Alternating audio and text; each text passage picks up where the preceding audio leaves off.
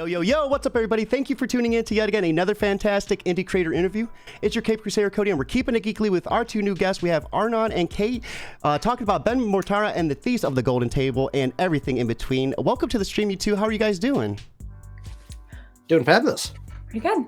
Yeah, I had the opportunity to read this, and I loved every bit of Ben's journey in this. This is an awesome new title coming from SourcePoint's Press's new imprint label, highlighting Jewish writers and stories from a Jewish perspective. So very excited to touch base upon that as well. Before we dive into too much of that, let's begin with the basics and talk about who you two are and how you guys got into creating comics.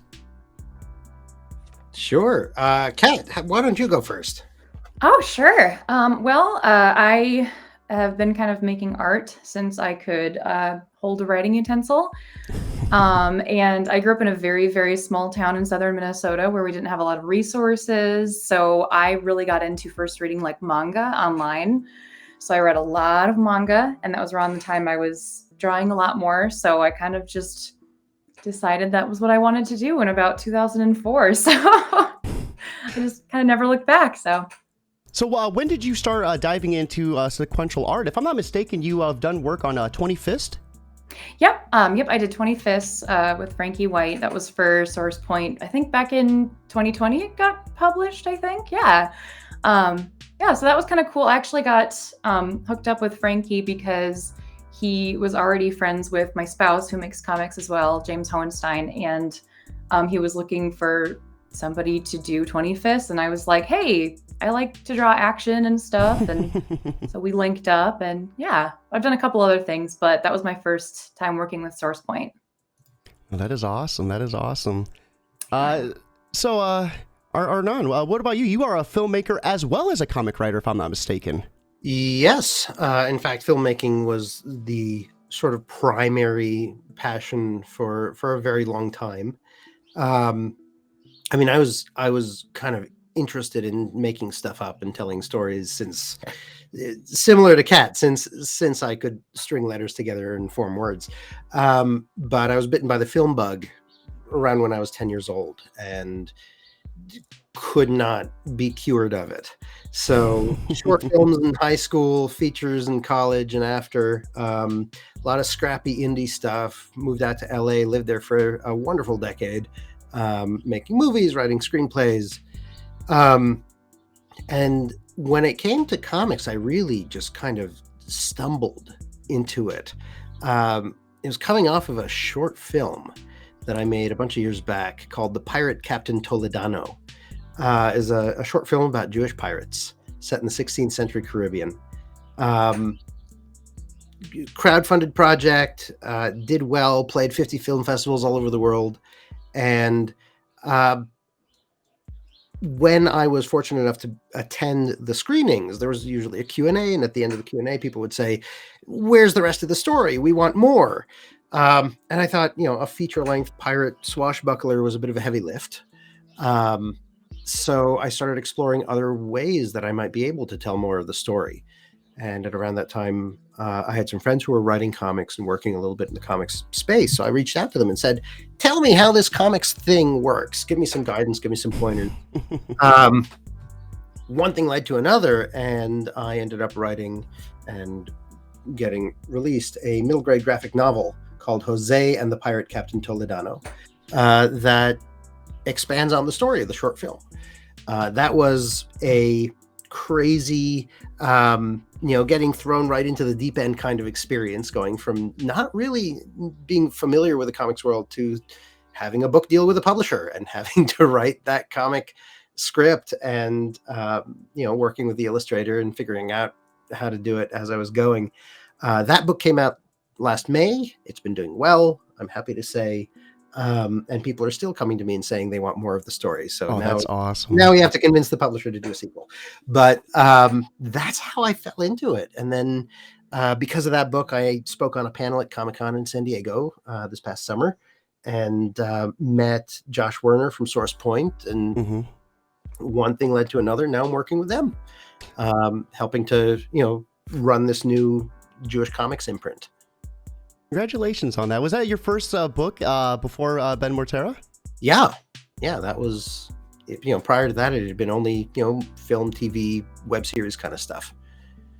Oh, that is awesome. So what's it like, writing movies compared to writing comics? Is it a big transition, or did you kind of like go into it a little bit smoother than you thought? So it turned out to be easier than I thought, because there are a lot of ways that you can write a comic script, and I just chose a format that's very similar to a film or a TV script. And that way I didn't have to change the way that I was writing too much. But there are some interesting differences in, I guess, storytelling strategy. And one of my favorites that I sort of thought about early on and have been applying to everything that I write is that with a movie, if you have a moment that's a little bit slow, that, where you lose the audience's attention for a minute, it's okay, because you can do something exciting and get their attention back. Because the movie continues whether the audience is paying attention or not. But with a book, if the audience loses interest, if the reader loses interest, they're not going to turn the page, and you're done. Like the book does not continue if the reader stops reading. And so I started paying a lot of attention to what is that bottom right panel on the right side page. What's that last moment that happens on a page that's going to get the reader to lean in and say, oh, I want to turn the page. I want to actually move my hand and grab that corner and move this thing. And so thinking in those terms created a different rhythm to the action, and sort of forced things into a different shape than they might have been if this were a movie or a TV show. But yeah, I found that a lot of the other stuff, thinking about the structure of the story, thinking about character arcs and motivations, and even dialogue to some degree, worked very similarly. And the idea of visual storytelling, trying to come up with descriptions of images that express what I want to express, so that you don't have characters sitting around and just talking the whole time. That was all very, very similar. It felt like those were very transferable skills. Yeah, absolutely. So, Kat, speaking of like sequential art and action-packed, jamness, like this book is starting off with a lot. What was your initial impression when you first got the script and started working on it? Yeah, that's a really good point. It really does kind of, the characters hit the ground running right away in issue Literally. 1. I think that's the very first page even. There's a lot of action. I love doing action. When I first read the script, I think it's fun. I think there's a lot of fun interplay between the characters. I also kind of, I don't know, can I talk about the ash can at all? Like, because I don't know if it's getting like released or anything, but I also illustrated the ash can. So I had a little bit of familiarity with the character of Ben. Yeah, there it is. So I had a good time seeing, his story progress a little bit more and get all new characters. So yeah, no, it's been a lot of fun. It's always interesting adapting what's in the script, lots of historical sites that I haven't been to yet. So there's a lot of logistics figuring out, like, okay, which part of this historical building in this different country are we focusing on now, and how do I map this out? So that was a little bit challenging, but yeah, it's been a lot of fun. Oh, so you guys used like real locations? Yeah. That is awesome. So, what went into creating the script for you? You used real life locations. Was there anything else that you did that was kind of like a nod to the real life aspect? So, I think there are a lot of connections both to real life and to real folklore. Mm-hmm. There are there are stories about various magical objects that King Solomon supposedly had. And what's kind of cool about those legends, about that folklore, there's Jewish folklore, there's Islamic folklore. They tend to kind of interweave and blend together through various points of history. So I drew a lot from that. And I really wanted to ground this story in the real world. So Ben Mortara works at Clark, the Classical Artifacts Research Collection at Brandeis University, which is a real thing. I actually got to go to Brandeis a few weeks ago and visit That's so cool. Visit Clark, which was really cool. And this issue, a lot of the action takes place at the Alhambra Palace in Granada, Spain, which it's a real place. It is a part of Spain's Muslim history. and is actually connected to some of the legends of the Table of Solomon that say that the table eventually made it to Spain, not necessarily Granada, but around that area. For me, a lot of the joy of writing these cool places is that I get to sort of visit them digitally. I've never been to Spain, but I got to spend a lot of time in Google Maps and Google Earth and Street View and all that sort of stuff, kind of exploring Alhambra. And subsequent issues, we've got an issue that takes place in Baku in Azerbaijan, which was like, am I ever going to go there in real life? Probably not. But I mean, it's kind of fun to visit and explore. And there's another issue in Istanbul. In Istanbul. Oh, that's right. That Istanbul was really fun too. And so connecting some of these real places and inventing kind of secret chambers off of the real actual places and all that makes it really fun to write and fun to explore. And then sometimes I do end up going to the places that I write about. One of my recent screenplays is set around the ruins of a failed Jewish agricultural colony in Cotopaxi, Colorado. And about a year and a half ago, we were moving from California back to the East Coast. We did a road trip and we actually drove through Cotopaxi.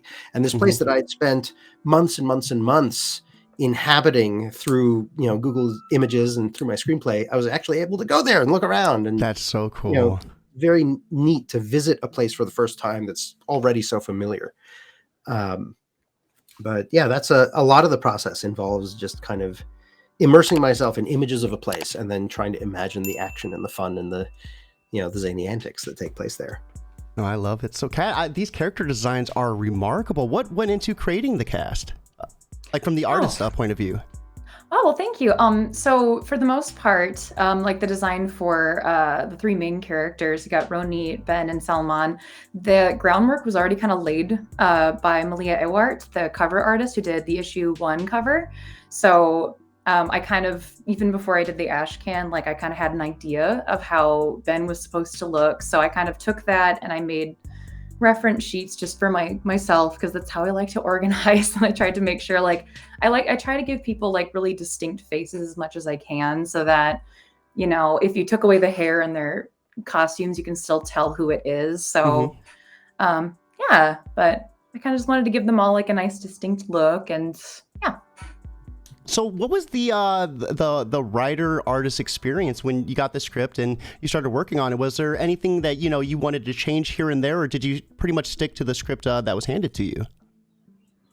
I pretty much stuck to things. I asked for a lot of clarification a lot of the time, because when you get into the nitty-gritty of real places that exist, especially places that aren't familiar to me as the artist, I think the most difficult parts were just oh, I know you described this in the script, but I really can't place where on the grounds of this museum it is, because sometimes some writers will give me reference pictures right off the bat, and of course Arnon did as well. But sometimes I have to do a lot of supplementary Googling, and oh wow, let me tell you, I mean, my Google search history is always bizarre as an illustrator. It's always buck wild. My FBI agent who's watching me, I've got to be on a few lists probably.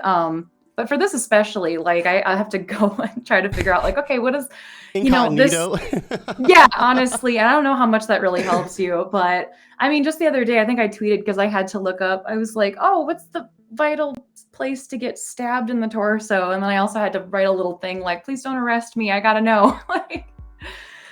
I mean, looking up what do Azerbaijani terrorists wear?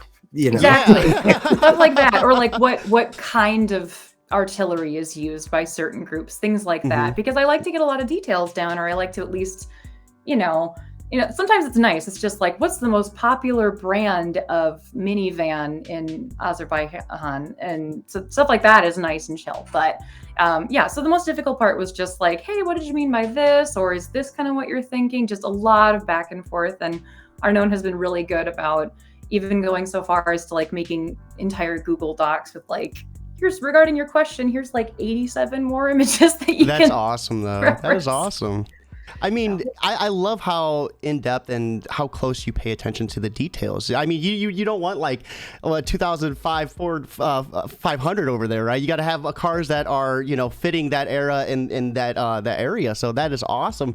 I got to ask you guys, you know, with a lot of modern day comics not having good representation of Jewish characters and Judaism, you know, how does it feel to be bringing that into the comic field, you know, to be pushing that and giving that more of a light?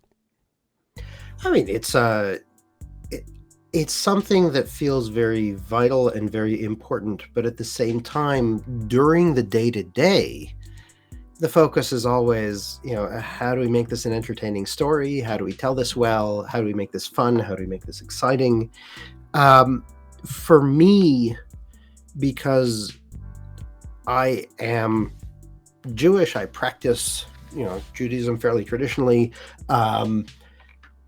It's just kind of a part of my life. I almost don't even think about it. And it filters into my stories, I find, in a very sort of natural way. It's not a struggle to try to create this stuff. It sort of flows.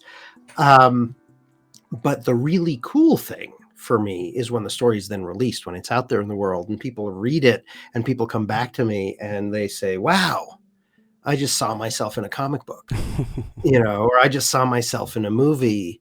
It's an experience that we don't get very often. And, you know, yes, there are Jews in movies and comics and all that, but they tend to fit a very, very narrow range of character types. You know, there's the angsty secular New Yorker, or there's the opaque Hasidic, you know, kind of old-fashioned Jew. And somehow they're all Eastern European, and they're all either doctors or lawyers, or they work in the entertainment industry. Like those are like Jewish characters in popular media. That's kind of the entirety of the range. And so for most of us, we don't really see ourselves in that. I mean, sure, there are angsty New York Jews, there are Jewish doctors, but there are also, you know, lots of other types of Jews out there. So for me, part of the joy is in kind of finding new ways to represent a broader range of Judaism through media. And then, you know, to see people kind of discover it and kind of realize that Judaism, like everything else, like every other ism, like every other identity, is really a much richer tapestry than, you know, popular entertainment tends to allow. No, I love that, because Ben really doesn't fit, you know, those two categories that you're explaining. He's like his own person. He doesn't even realize that he himself is Jewish. He finds out through like a DNA test. You know, he does some self digging and finds it out, and then has that moment, you know, should I be a man of faith? You know, I really love, we were talking backstage about the different layers to this. Kat, how does it feel, you know, working on this as the artist for, you know, this imprint label's first book coming out? Oh, well, I'm very honored to be working on, you know, one of the first books for this imprint. I think it's very exciting. I myself am not Jewish. I'm actually agnostic, but I was raised in a very, I'll just say like a white evangelical kind of setting. So I have found it very kind of interesting coming from the background that I grew up in, and kind of seeing like the journey that Ben is going on, and kind of like feeling that connection to his past, and getting more curious about, you know, all the information behind it, all the vast history, which I think is incredible. So it's awesome, guys.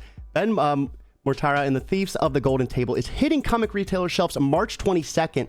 Right here is the link to pre-order it. If you're unable to pre-order it, simply putting this on Twitter and Facebook is 100% free. Word of mouth goes as far as humanly possible, and that's what we're trying to do today. Very awesome book. I read, you know, issue 1, had a blast. How many issues do you guys have planned for the series? Right now, we're looking at a 4-issue arc. Awesome. So it'll come out, you know, March is issue 1, then April, May, and June. Did I count that right? Yeah. Math is hard these days. Math is hard. That's why I did not become an accountant. Same. But yeah, 4-issue arc. And hey, if this does well, there could easily be more. There are plenty more mysteries for Ben to pursue, many more hidden magical objects for him to try to find and recover. And 6 seasons in a movie. oh yeah, why not? I'll direct the movie too.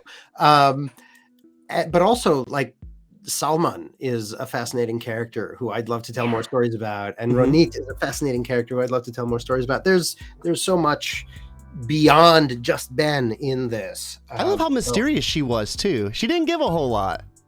Right. We learn more yeah. about her a little bit later on, but she was fun to write as well. They're both Ronit and Salman are both very fun to draw as well. I think they're two of my favorite characters, just because, you know, they're on the side, and I just love Salman. He's this posh man in like nice shoes, and he's meant to do all this running with his little like computer bag. It seems so unfair because he's just kind of like, I'm here to do my job. I'm nicely dressed, and then he has to just go jogging all over Spain. I don't know. I like him. And I just love too, like, there's like magical elements to this as well. You know, it just seems like a little bit of everything in this. So yeah, with that being said, guys, it is time for us to wrap up. Before I let you two go, though, I always love asking for a little bit of advice. And that is for anyone who is getting into comics for the first time, maybe they're dealing with a lack of motivation. They're having trouble just getting started. What would be the biggest piece of advice you could offer someone in that situation to kind of just help them get going? Create bad stuff. Definitely. Like, just write it, draw it, whatever it is, you know, it's going to be awful. The first stuff you do, it's going to be atrocious.